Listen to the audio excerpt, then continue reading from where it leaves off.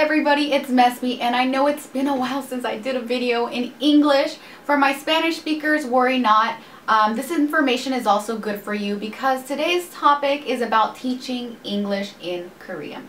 Today I'm going to be talking about my experiences since I've worked in different educational facilities in Korea, such as a hagwon, elementary school, hagwons for middle school, high school, and currently university.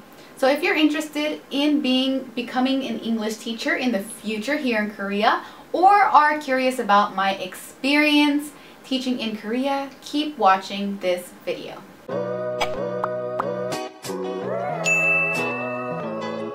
Alright guys, before we continue, I'd like to give a shout out to the company who made this video possible, and that is Minglebot. If you are a parent or a teacher and you're interested in helping your child develop his English skills or computational thinking skills, pay very close attention. Alright, so here we have Minglebot, which is a set of 12 unplugged computational program kits that is designed with a variety of games, collaboration, play, physical education, art, and this helps students develop and practice their computational thinking. Now, it is supported in various languages such as English, Korean, Chinese, Vietnamese, and Thai. So these activities help students with concentration, and not just younger students can use this or enjoy this. Elderly people also enjoy these types of concentration activities. All these activities help students solve problems that may arise in their daily life. Now, there are also apps that help improve English, and that is under Minglebot. I think there are about 4 apps, but all these apps have about 80 different topics, 960 sentences, 960 quizzes, and games. So what happens is that when students play these games and they win ice creams, which they can later trade into stickers, which keeps them motivated. So towards the end of the video, if you are a parent or an educator and are interested in trying out these apps or looking at the material, I'm going to be doing a little bit of a demo showing you some of the material and the games, so stay tuned for that. Alright, let's move on to our main topic, which is teaching English in Korea. So first of all, what qualifications do you need to be an English teacher in Korea? First of all, minimum you need a bachelor's degree in whatever major. Second, you need to be from one of these 7 countries, which are Australia, United States, Canada, Ireland, New Zealand, UK, and South Africa. If you are not from one of these countries, if you don't hold a passport from one of these countries, it will be quite difficult because you cannot apply for the E2 English teacher visa. Now, there are some other ways like marrying a Korean and getting the F spousal visa or the point system visa. I'm going to leave that information in the description box if you want to learn more about the point system. Alright, so what are my options for teaching English in Korea? Your first option is hagwon. Hagwon is a private academy where parents pay money for you to teach their children English. There are also adult hagwons, which are usually in the early morning or late at night before people's jobs, and it's most of the time it's like business English. Let's go back to children's hagwons. To be honest, the hours are quite long, and I think you're going to be teaching up to 30 teaching hours a week, which doesn't seem like a lot, but it is a lot for your voice, and you're going to be super tired. So if you do really love children, then that's definitely the way to go. There is a morning shift and an afternoon shift. The afternoon shift is usually elementary and middle school students, which is like 2 to 10 p.m.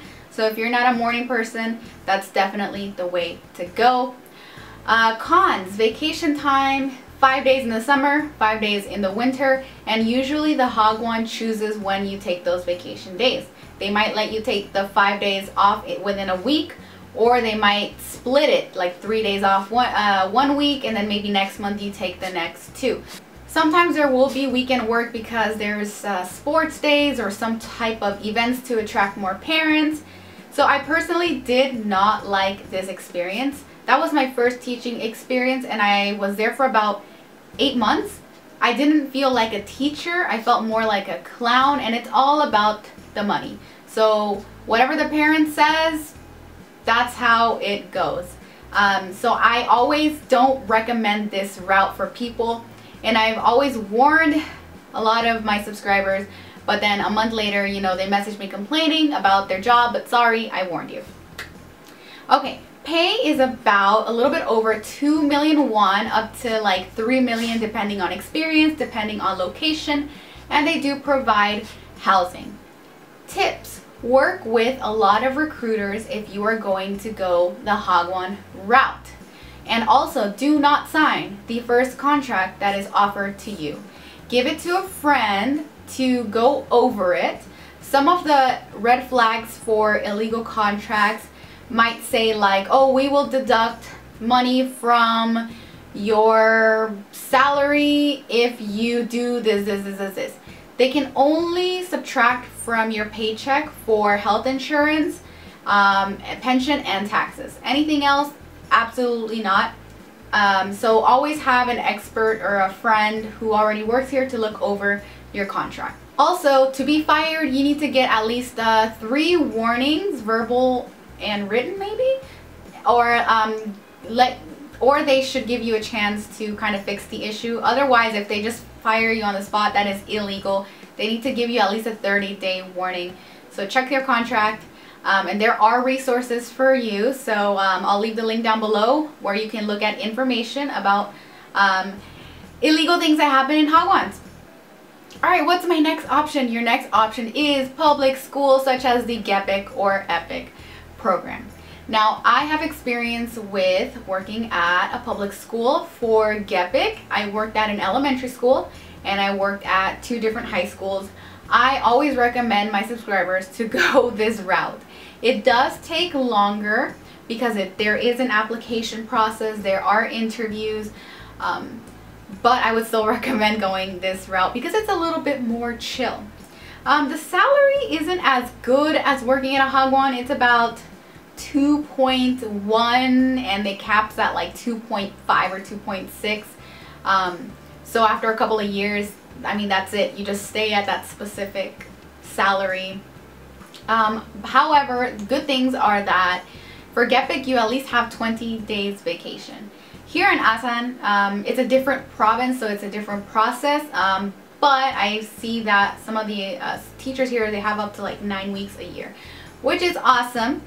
With GEPIC, they will provide housing, possibly a stipend as well if you don't go with the school housing, but normally they don't really let you choose. You probably have to be here in Korea already for you to have a little bit more freedom to either get the school housing or choose your own housing. Now, in these types of schools, you have either one coworker or many which are in the classroom with you. I have had both bad and good experiences with teaching at a public school.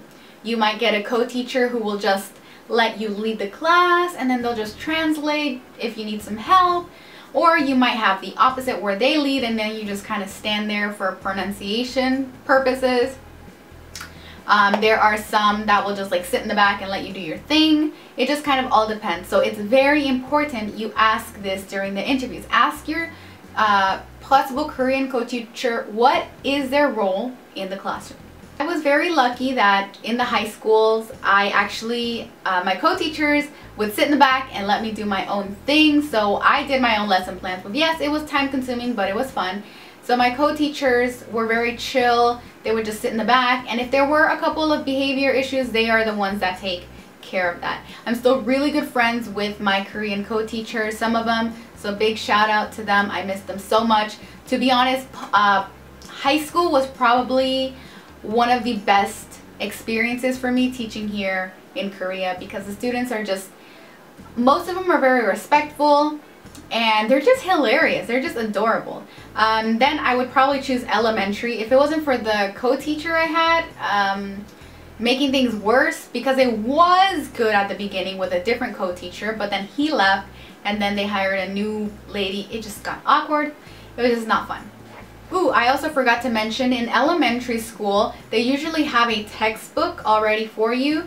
And then you just come up with some games, pop in the CD during class, and the students will just go along with the textbook. So you just make up some activities for that unit, and it's pretty chill, very, very easy. I really recommend this route. There is a lot of competition these days for these public school positions. So be ready to impress during your interview.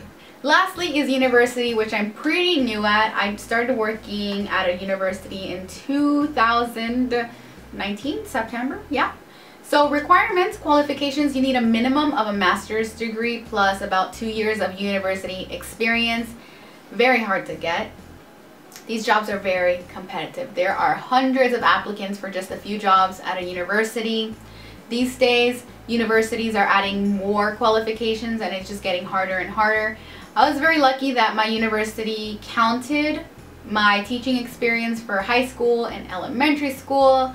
So with universities, you might be teaching from, I don't know, maybe 12 to 20 something teaching hours a week. It all depends on the university.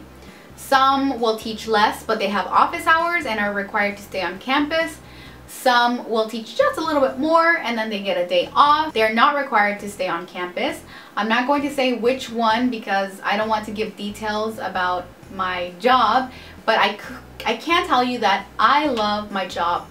I'm very lucky that I have just a good set of professors who were there to mentor me and that are very good friends. I really like the benefits that my school gives us and they always listen to us. Now, the pay for universities will vary. It can be from like 2.3 on up depending on experience. Some universities will cap it at a certain pay or some will not. It just kind of depends if it's a private or a public university. As for vacation, again, it depends. Some universities will give you the whole break. Some will give you the whole break but with an option of making some extra cash by teaching a 2-week camp. Some will already include the camp in your pay, so it is required. It just kind of depends on the university. As for housing, they can give you a stipend. It just depends. They can give you a stipend or you can get the university housing. I chose the stipend because I knew that I wanted to have animals and I wanted to choose my location, so I chose a stipend, but actually the university housing that my university gives is pretty good. It's at a high rise, so very nice, and it's right across the street from the university.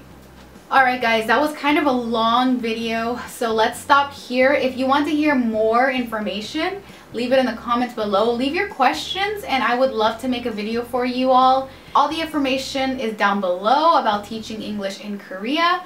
Now in a moment, let me show you some demos for Minglebot and MingleCon, and I will see you all later. Bye!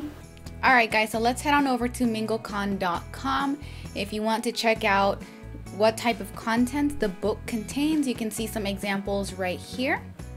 And here are examples as well. It comes with stickers, cards, board games, and you can also look at the guide as well. Here are some other worksheets to improve English skills.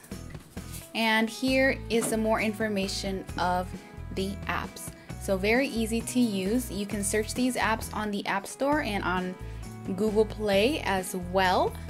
Alright everybody, so here is the app Minglebot and it's a lot of fun to play. So you need energy to be able to play the game. So what you do is you give 100 coins that you have and you press the button super fast to recharge the battery, and then you can play the games. So the more games you win, the more coins you get, and then you can exchange those for stickers and dressing up your character. So that was a lot of fun.